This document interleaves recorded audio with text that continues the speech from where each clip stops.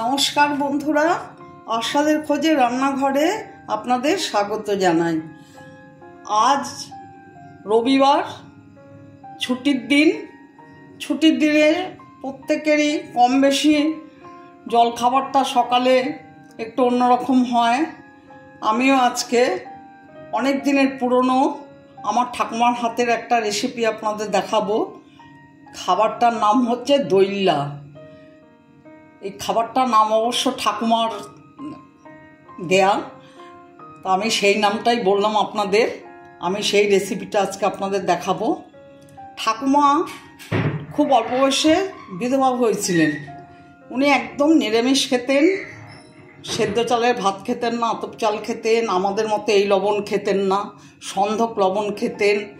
তারপরে ঠাকুমার maximum item দুধ, ঘি, নারকেল এই সমস্ত দিয়ে রান্না হতো। যাই হোক, এইটা একাদশী দিন ঠাকুমা লুচি পরোটা খেতেন ঘিয়ে, সমস্ত ঘিয়ে খেতেন, সেদিন তেল খেতেন না। এই দইল্লা হচ্ছে সেই একাদশীর দিনেরই একটা আইটেম। মাঝে মধ্যে এই আইটেমটা উনি করতেন, আমাদের খুব ভালো লাগতো, তখন আমরা ছোট। সেই আইটেমটাই আজ আপনাদের আমি দেখাচ্ছি। আপনাদের কেমন লাগলো সেটা কমেন্টস বক্সে নিশ্চয়ই জানাবেন। আমি এখানে ময়দা নিয়ে নিলাম, আন্দাজ মতো নুন দিয়ে দিলাম, একটু চিনি দিয়ে দিলাম,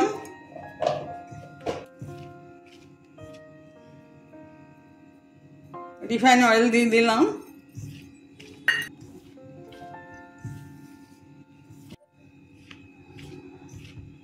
অল্প অল্প জল দিয়ে এটা মেখে নেব।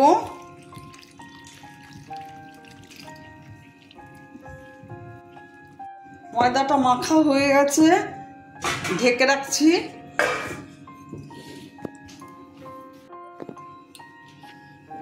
আমি এই দইল্লা তৈরি করার জন্য এখানে আলু সেদ্ধ করে নিয়েছি। আলুটা ম্যাশ করে নেব, এভাবে ম্যাশ করে নেব। আমি এইভাবে আলুটা ম্যাশ করে নিয়েছি। এখন আমি গ্যাস অন করে কড়াই বসিয়েছি। জিরে, ধনে, শুকনো লঙ্কা ভেজে নিচ্ছি। এটা ভাজা হয়ে গেছে, নামিয়ে নিচ্ছি।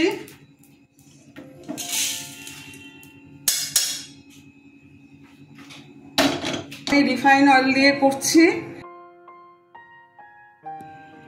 ধনে, জিরে, শুকনো লঙ্কা ভেজে গুঁড়ো করে নিয়েছি। সামান্য কালো জিরা দিলাম, আলুটা একটু ছেড়ে দিলাম।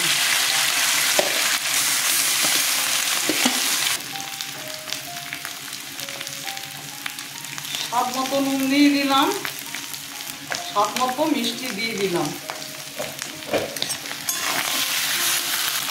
সামান্য হলুদ দিয়ে দিলাম,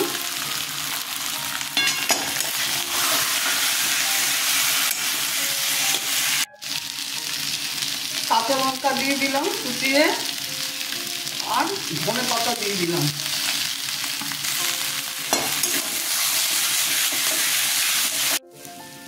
পাতি লেবুর রস চিপে দিচ্ছি।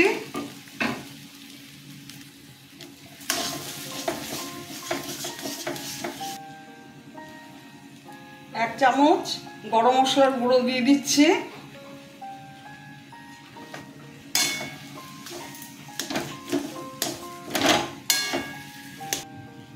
ঠাকুমা পুরোটাই ঘি দিয়ে করতেন, আমি এটাতে একটু ঘি দিয়ে দিলাম।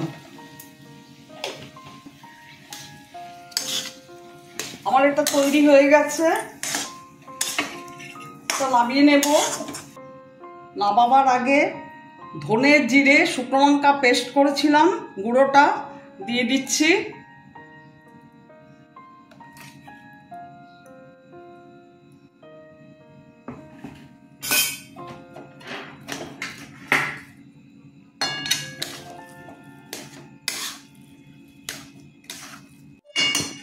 ধনে, জিরে, শুকনো লঙ্কাটা ভালো করে এর মধ্যে মিশিয়ে দিয়েছি।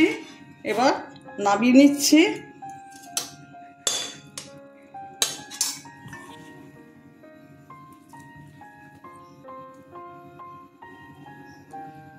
দেখুন এইভাবে লেচিগুলো করে নেব।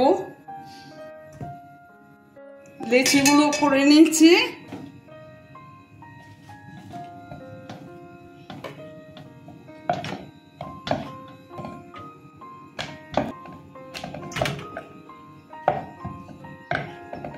দেখুন এইভাবে বেলে নিয়েছি।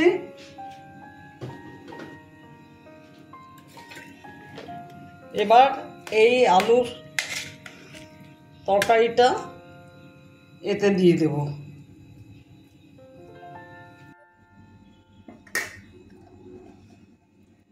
দেখুন এইভাবে নিলাম,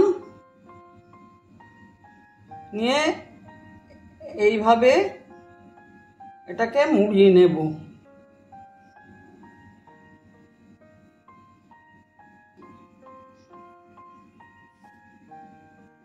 নিয়ে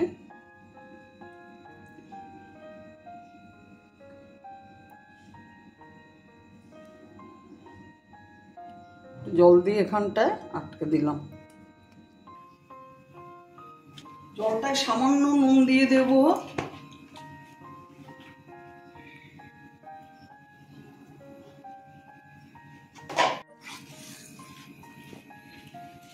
জলটা ফুটলে পরে এগুলো ছেড়ে দেব। জলটা ফুটে গেছে, আমি এবার দেখুন এরকম হয়েছে, আমি এগুলো ছেড়ে দিচ্ছি।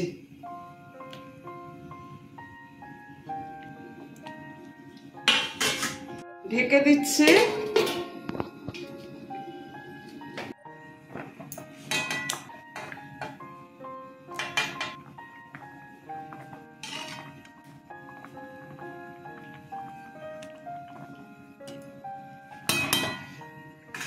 এগুলো হয়ে গেছে, তুলে নেব এখন।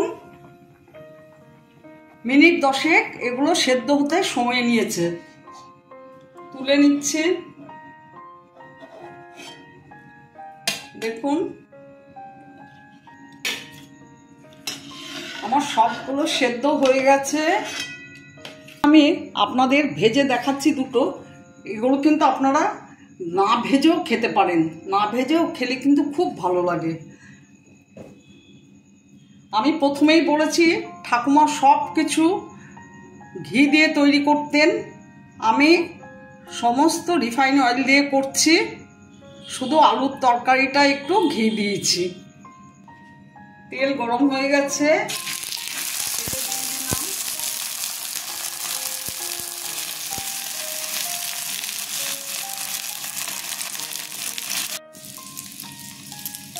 উল্টে দিচ্ছি। দেখুন কি সুন্দর ভাজা হয়ে গেছে, ভাজা হয়ে গেছে। এটা আপনারা একেবারে হাইও দেবেন না, একেবারে লোতেও দেবেন না। দেখুন মিডিয়াম টু লোতে আমি ফ্লেমটা রেখেছি। এইভাবে আপনারা এটা ভাজবেন। আমার ভিডিওটা যদি আপনাদের ভালো লেগে থাকে প্লিজ একটা লাইক, শেয়ার, অবশ্যই সাবস্ক্রাইব করে দেবেন। আপনারা কিন্তু এইভাবে এটা করে খেয়ে দেখবেন। আমার ঠাকুমার হাতের রেসিপি সত্যি খেতে খুব টেস্ট যেটা।